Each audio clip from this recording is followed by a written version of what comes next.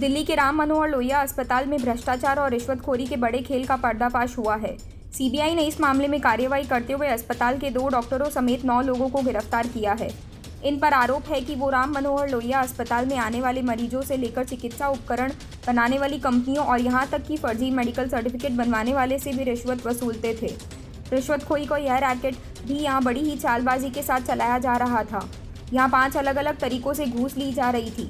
इनमें स्टेंट और अन्य चिकित्सीय उपकरण की सप्लाई के बदले घूस, अलग अलग ब्रांड के स्टेंट की सप्लाई के बदले घूस, लैब में चिकित्सीय उपकरण की सप्लाई के एवज में रिश्वत, घूस लेकर मरीजों की भर्ती और फर्जी मेडिकल सर्टिफिकेट बनवाने के एवज में घूस लेने का तरीका शामिल है। सूत्रों के जरिए जांच एजेंसी को खबर मिली थी कि यहां रिश्वत लिया जा रहा है। गिरफ्तार किए गए दोनों चिकित्सकों की पहचान डॉक्टर पर्वत गौड़ा और डॉक्टर अजय राज के तौर पर हुई है। दोनों कार्डियोलॉजी विभाग के सहायक प्रोफेसर भी हैं। जांच एजेंसी के सूत्रों से यह जानकारी मिली थी कि डॉक्टर पर्वत गौड़ा ने नरेश नागपाल से रिश्वत ली थी। दरअसल नरेश नागपाल की company Nagpal technology private limited चिकित्सीय उपकरणों की सप्लाई करती है। इन्हीं चिकित्सीय उपकरणों को अस्पताल में इस्तेमाल किए जाने की अनुमति देने के लिए प्रोफेसर डॉक्टर पर्वत गौड़ा ने घूस मांगी थी। उन्होंने डॉक्टर नरेश नागपाल से कहा था कि वो घूस की बकाये रकम देंगे। इस पर नरेश नागपाल ने उन्हें 7 मई को 2,48,000 रुपये बतौर घूस देने की बात की थी। सूत्रों ने बताया था कि पर्वत गौड़ा के इसके बाद अबरार अहमद से भी घूस मांगी थी।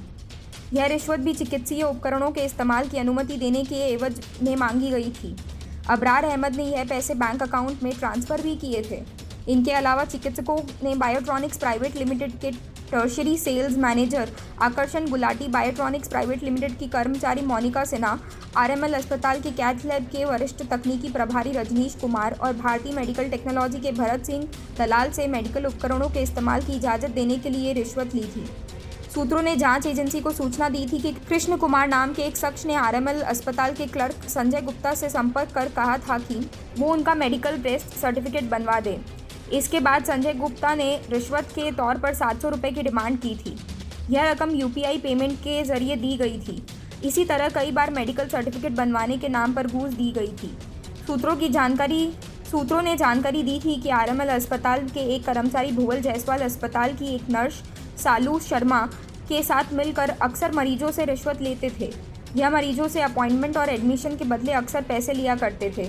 यह भी आरोप है कि मरीज के परिजनों को उन्होंने धमकी दी थी कि अगर घूस के पैसे नहीं मिले तो वो उनकी गर्भवती पत्नी का इलाज रुकवा देंगे और बिना आगे मेडिकल ट्रीटमेंट के अस्पताल से डिस्चार्ज भी करवा देंगे।